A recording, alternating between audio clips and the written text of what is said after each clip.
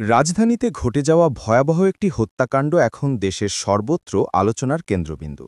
রংপুরের ব্যবসায়ী আশরাফুল হক হত্যা মামলা, যা এখন পরিচিত হয়েছে বন্ধুর বাসায় ২৬ টুকরায় বিভক্ত মরদেহ মামলা হিসেবে। ত্রিভুজ প্রেম, প্রতারণা ও পরিকল্পিত হত্যার এক ভয়ঙ্কর চিত্র উঠে এসেছে তদন্ত সংস্থার হাতে। ঘটনাটি ঘটে রাজধানীর উচ্চ আদালত সংলগ্ন এলাকায়। রাস্তার পাশে দুটি নীল ড্রামের ভেতরে যখন লাশের টুকরো পাওয়া যায়, তখনও পুলিশ নিশ্চিত হয় এটি সাধারণ কোনো ঘটনা নয়। ফিঙ্গারপ্রিন্ট বিশ্লেষণের মাধ্যমে শনাক্ত হয় মরদেহটি রংপুরের ব্যবসায়ী আশরাফুল হকের। তদন্তে বেরিয়ে আসে আরও চাঞ্চল্যকর তথ্য। আশরাফুল ঢাকায় আসেন তার পরিচিত বন্ধু জরেজুল ইসলাম, ডাকনাম জরেজ, এর সাথে দেখা করতে। কিন্তু বন্ধুত্বের আড়ালে লুকিয়ে ছিল ভয়ানক ষড়যন্ত্র।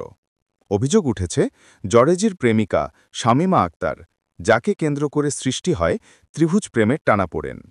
র‍্যাব বলছে কেবল প্রেম নয়, ছিল ব্ল্যাকমেলের বড় পরিকল্পনা। আশরাফুলকে বাসায় ডেকে নেওয়া হয়, সেখানে আগে থেকেই ক্যামেরা প্রস্তুত রাখা হয়েছিল। ধারণ করা হয় আপত্তিকর ভিডিও।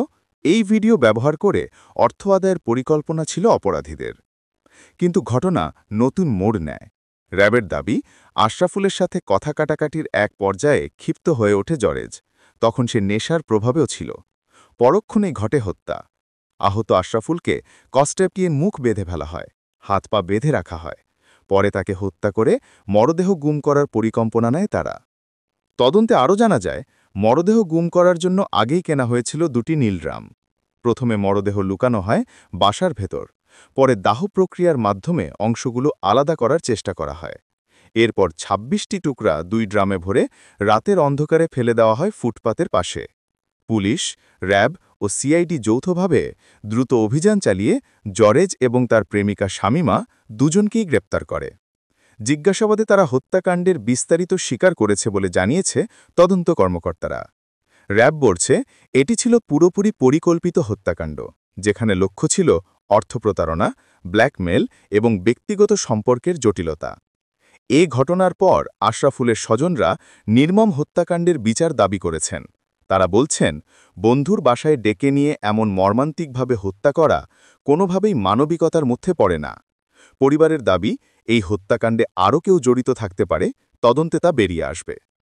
আইনশৃঙ্খলা বাহিনীর পক্ষ থেকে জানানো হয়েছে, এই মামলার তদন্ত এখন সর্বোচ্চ গুরুত্ব দিয়ে এগিয়ে নেওয়া হচ্ছে।